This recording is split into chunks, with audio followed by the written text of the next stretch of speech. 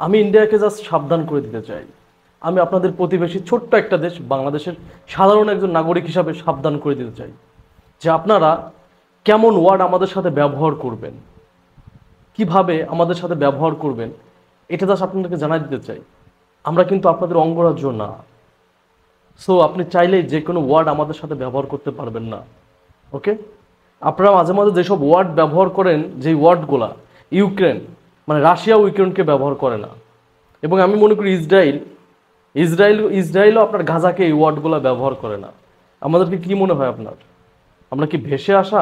আমরা কি উড়ে এসে জুড়ে বসছি যে আপনারা যে কোনো সময় যে কোনো কথা বলবেন? আপনার কি বাংলাদেশকে সিকিম মনে হয়? বাংলাদেশ সিকিমও না, বাংলাদেশ হায়দ্রাবাদও না, বাংলাদেশ একটা স্বাধীন সার্বভৌম রাষ্ট্র। সেই ক্ষেত্রে আপনি কেমন ভাষা ইউজ করবেন বাংলাদেশিদের ক্ষেত্রে, সেটা আপনাকে বিবেচনা করতে হবে। আপনি সীমান্তে বাংলাদেশিদের গুলি করে মারবেন, ওকে, কি জন্য মারবেন? কারণ অবৈধ অনুপ্রবেশ করতেছে এই জন্য, ঠিক না? হ্যাঁ, এটা আপনাদের নিয়ম আছে। যদি আপনাদের ইয়াতে থাকে যে সীমান্ত যদি কেউ মানে প্রবেশ করে অবৈধভাবে, গুলি করে মেরে ফেলার যদি নির্দেশ আপনারা দিয়ে থাকেন, সেক্ষেত্রে ওকে, এটা আপনাদের আইন। কিন্তু আপনার তো প্রতিবেশীদের উপর, আমরা তো আপনাদের প্রতিবেশী, আমাদের সাথে কেমন ব্যবহারটা করা উচিত? আপনি যে পাখির মতো গুলি করে মারবেন, আমরা তো আপনাদের শত্রু না। আমরা কি শত্রু রাষ্ট্র? আমরা কখনো যুদ্ধ করছি আপনাদের সাথে?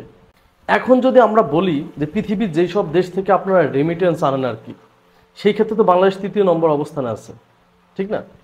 এখন সবাই তো আর ভিসা নিয়ে বাংলাদেশে আসে নাই। বাংলাদেশে হাজার হাজার লক্ষ লক্ষ কিন্তু অবৈধ আছে। তো এখন আপনি যদি এমন ওয়ার্ড ইউজ করেন, তারাও তো কোনো না কোনোভাবে অবৈধ ওয়েতেই আসছে বাংলাদেশে, আসছে না? ধরেন আপনার ইন্ডিয়ার একজন নাগরিক বাংলাদেশে একটা গার্মেন্টস চাকরি করে, এখন তার যে কলিগ বাংলাদেশি, সে তো জানে সে ইন্ডিয়ান, ঠিক না? এখন এই যে আপনারা যে উত্তেজনা ছড়াইতেছেন যে সীমান্তে যদি অবৈধভাবে প্রবেশ করে, তাহলে পা উপর দিক দিয়ে মাথা নিচের দিক দিয়ে ঝোলায় রাখতে বলছেন, ঠিক না? আমরা কি আপনাদের রাষ্ট্র দখল করতে যাই? বলেন, আমরা কি ইন্ডিয়া দখল দিতে যাই? ডক্টর মোহাম্মদ ইউনূস স্যার বলছিল না যে আপনারা আমাদের দেশের নাগরিককে গুলি করে মারবেন না, কারণ আমরা আপনাদের রাষ্ট্র দখল দিতে যাই না?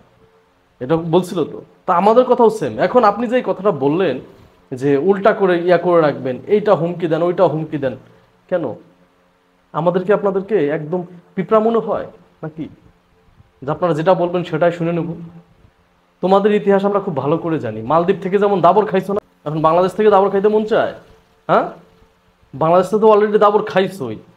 হ্যাঁ, 1 বছরে $2 বিলিয়ন ব্যবসায় মানে ধস নামছে না? এখন এই যে চিকিৎসা ক্ষেত্রে পর্যটক নাই ইন্ডিয়ার, ঠিক না? এই যে শিক্ষাগুলা আরো হয়ে যাবে। হ্যাঁ, তো তোমাদের কোথায় কাবু করতে হবে সেটা জানি। তোমরা বিশাল অর্থনীতির দেশ, আমরা মেনে নিলাম, কিন্তু তোমাদের থেকে কিন্তু আমাদের মাথাপিছু আয় অনেক ভালো। তোমরা বিশাল অর্থনীতির দেশ, তোমরা পারমাণবিক দেশ, তোমরা যুদ্ধ করো, আমরা যুদ্ধ করবো না। আমাদের হাতে যে সব অস্ত্র আছে সেই সব অস্ত্র আমরা প্রয়োগ করব। এখন তোমার যে অবৈধ যে নাগরিকগুলো বাংলাদেশে চাকরি করে, যেসব গার্মেন্টসে চাকরি করে, এখন আমরা যদি সেই গার্মেন্টসের সামনে ঝুলাই রেখে দিই, পা উপর দিকে দিয়ে মাথা নিচের দিকে দিয়ে ঝোলাই রেখে দিই, বলো, তুমি যে আজকে হুমকি দিতেছো, পুলিশ লাগবে না। যারা তার কলিগ, যারা চাকরি করে, তারাই চেক করবে, ভাই পাসপোর্ট ভিসা দেখা।